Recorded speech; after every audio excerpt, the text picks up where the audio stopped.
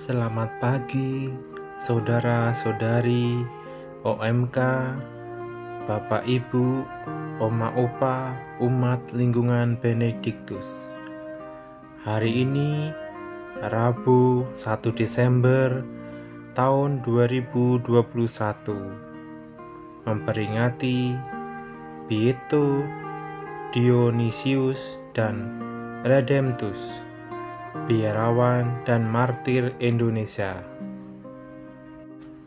Bacaan pertama, Yesaya bab 25 ayat 6-10a.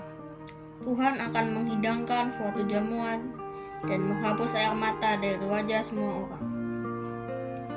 Di Gunung Sion, Tuhan semesta alam akan menghidangkan bagi segala bangsa suatu jamuan dengan masakan mewah, dengan anggur yang tua benar, suatu jamuan dengan lemak dan sumsum, dan dengan anggur tua yang disaring endapannya. Di atas gunung itu Tuhan akan menggoyangkan kain kabun yang diselubungkan kepada segala suku dan tudung yang ditudungkan kepada segala bangsa. Ia akan meniadakan maut untuk seterusnya, dan ia akan menghapus air mata dari wajah semua orang.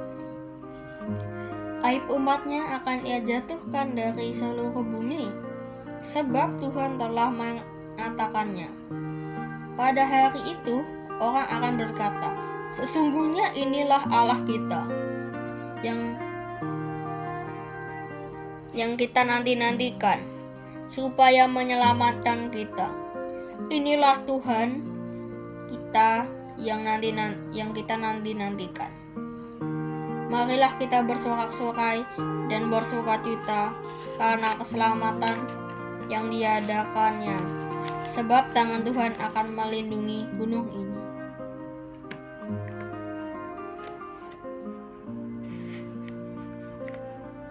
Demikianlah sabda Tuhan, syukur kepada Allah. Bacaan Injil. Yesus menyembuhkan banyak orang sakit dan melipat gandakan roti. Tuhan bersamamu dan bersama rohmu. Inilah Injil suci menurut Matius. Dimuliakanlah Tuhan. Pada suatu ketika, Yesus menyusuri pantai Danau Galilea, lalu naik sebuah bukit dan duduk di situ. Maka datanglah orang banyak berbondong-bondong kepadanya, membawa orang lumpuh, orang timpang, orang buta, orang bisu, dan banyak lagi yang lain. Lalu meletakkan mereka pada kaki Yesus, dan mereka semua disembuhkannya. Maka takjublah orang banyak itu melihat orang bisu berkata-kata, orang timpang sembuh, orang lumpuh berjalan, orang buta melihat, dan mereka memuliakan Allah Israel. Lalu Yesus memanggil murid-muridnya dan berkata, hatiku tergelak oleh belas kasihan kepada orang banyak ini.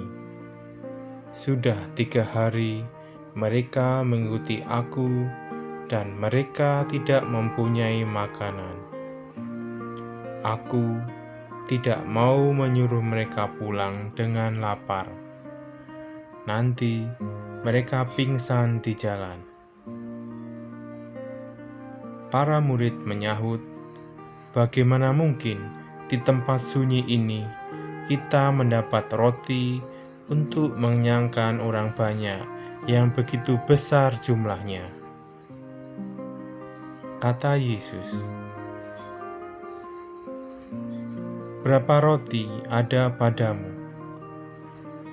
7, jawab mereka, dan ada juga beberapa ikan kecil. Yesus selalu menyuruh orang banyak itu duduk di tanah. Sesudah itu, Ia mengambil ketujuh roti dan ikan-ikan itu. Ia mengucap syukur, membagi-bagi roti itu, dan memberikannya kepada para murid. Lalu, para murid membagikannya kepada orang banyak. Mereka semuanya makan sampai kenyang. Kemudian, potongan-potongan roti yang sisa dikumpulkan, 7 bakul penuh. Demikianlah sabda Tuhan. Terpujilah Kristus. Renungan diambil dari Inspirasi Batin tahun 2021. Penyembuhan banyak orang dari berbagai macam penyakit disusul dengan peristiwa mujizat. Perbanyakan roti memberi gambaran kepada kita orang beriman betapa Allah menyelamatkan manusia secara sangat konkret. Kesehatan menjadi kunci untuk bisa hidup bahagia.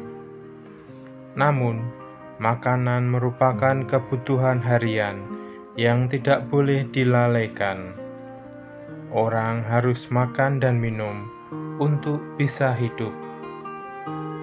Peristiwa penyembuhan dari berbagai macam penyakit menunjukkan bahwa Allah melalui mujizat Yesus menyelenggarakan kehidupan bagi siapapun, terutama yang sedang menderita. Mujizat penyembuhan tentu tidak berhenti hanya pada pemulihan kesehatan fisik semata-mata. Namun, makna mujizat yang paling mendasar adalah tersadarnya orang beriman akan peranan Allah dalam kehidupan. Allah yang menciptakan dan menyelenggarakan kehidupan tetap menaruh perhatian bagi yang sakit dan memerlukan sentuhan Allah untuk dapat mengembalikan kehidupannya.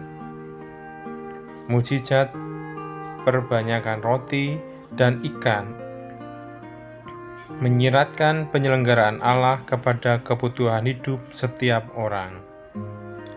Dalam mujizat ini, ada peranan dan partisipasi dari mereka yang mengikuti Yesus. Dengan menyerahkan 7 roti dan beberapa ikan yang ada bersama Yesus.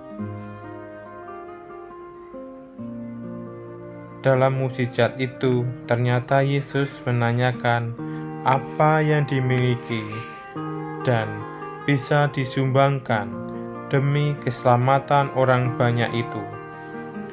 Ternyata, meski sebenarnya apa yang dimiliki itu sama sekali tidak mencukupi untuk semua orang, namun di tangan Yesus dan dengan mengucap doa syukur, sumbangan kecil itu bisa menutup kebutuhan besar untuk semua yang hadir.